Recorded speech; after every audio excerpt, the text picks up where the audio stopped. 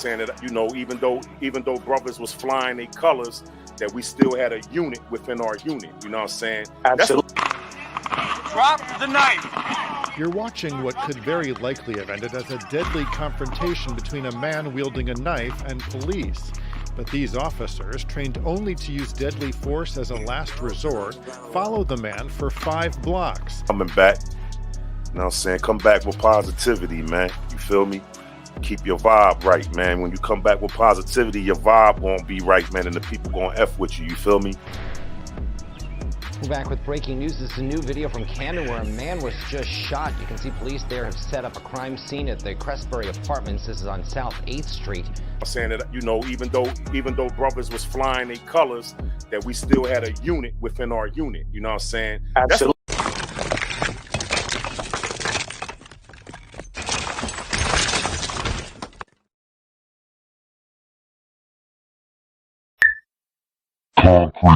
Concrete Chronicles Podcast.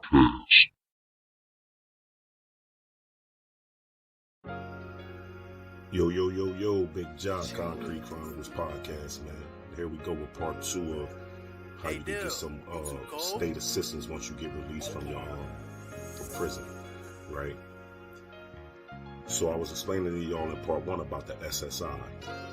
You qualify for it, why not get it? It's free money. And this too, right? A lot of people who have incarcerated loved ones, y'all will have to help them with this. As you watch part 1, you'll see what you need to do. So I'm gonna continue with that, right? So this is dealing with the SSI. Send a letter to the regional director of the Social Security asking for an application for $980. This is a continuation from part 1, so you know what I'm talking about. You send that application for the $980 under supplemental income for the SSI, right? Tell them that you have just turned in your parole plan. See, this is what you need to help your people with, the ones that's still locked up. So this is game you got to give them. This is game. Take notes from this, and you send it into them, and you help them out. Tell them you just turned in your parole plans, and let them know. And you also got to let them know what area you're gonna be on parole to. Feel me?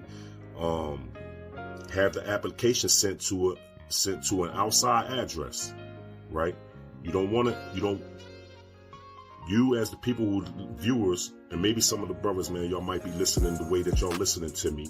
Have your people send in the application to you. Don't get it sent to the prison. All right, send the application to an outside address in case you are transferred. This is covered under RCW 72.02.040, Public Law 93.365.603. So this is law, right? You cannot get benefits while in prison. You can't get the benefits in prison. But send a letter about 2 months prior to your release to them folks. I'm going to give the addresses out. I'm going to have them on screen. As soon as you get out, go to the Social Security office and apply under.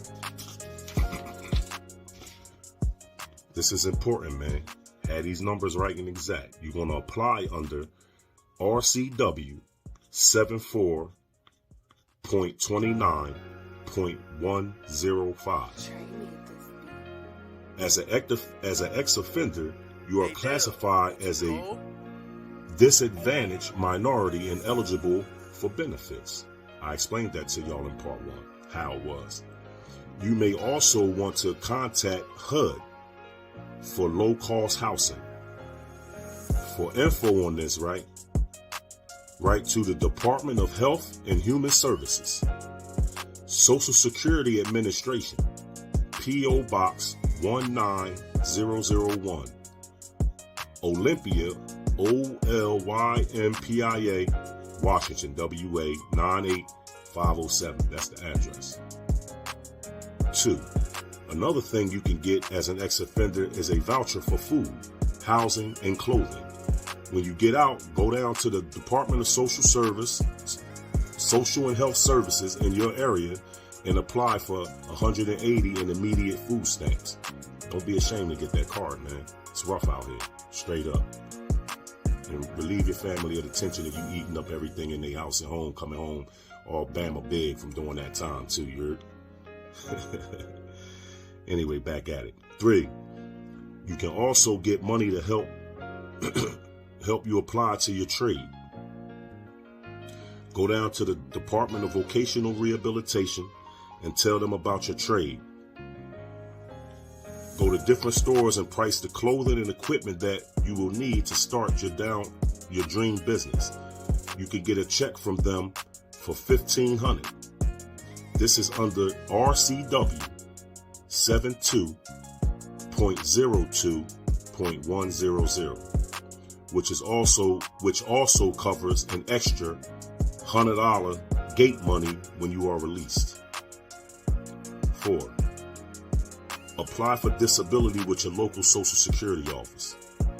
You will be turned down the first 3 times, so don't get discouraged on that. But on the 4th time, you will not be turned down. A week or 2 later, you will start receiving checks for $310.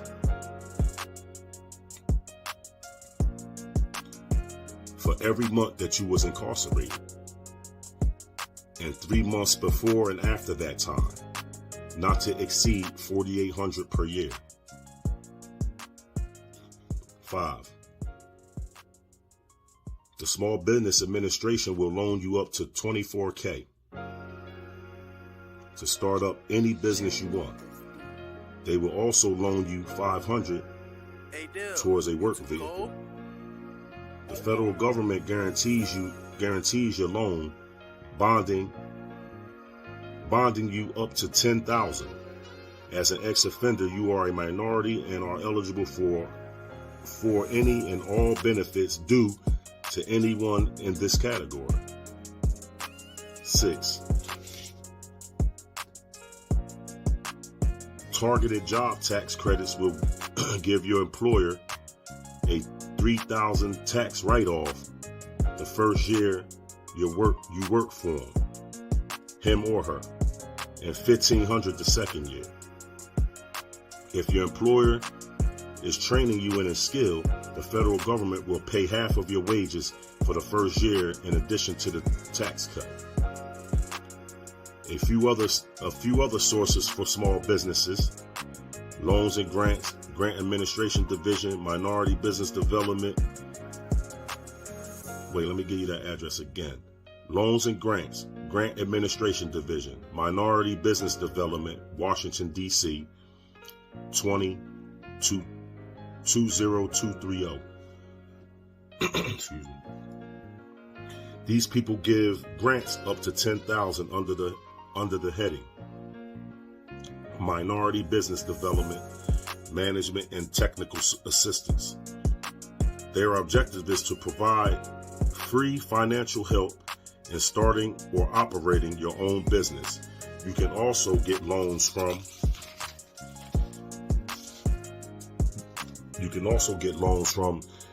Direct Office of Financing, Small Business Administration, 1441 D Street, Northwest, Washington, D.C., 20416. The SBA helps to put together economic opportunity loans for small businesses. Loans range from $1,000 all the way up to $315,000. These loans are specifically for small businesses owned by low-income or social or economically disadvantaged persons.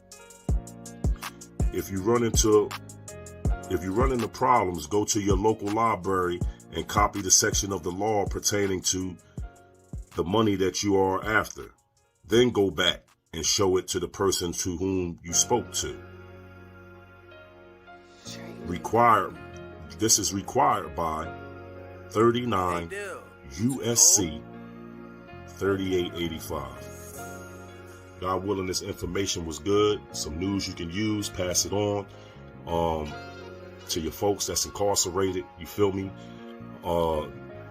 Because, you know, when we come home, man, we be thinking that people owe us stuff.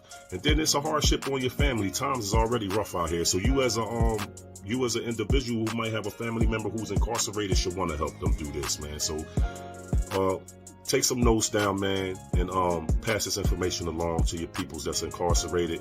And for those who don't have people incarcerated, take some notes down. Share the video. That's the most important thing you can do. Share this video. Let it circulate, because it's masses that need this information. Thanks for giving me your ear. Concrete Chronicles Podcast. Big job that way. Concrete Chronicles Podcast.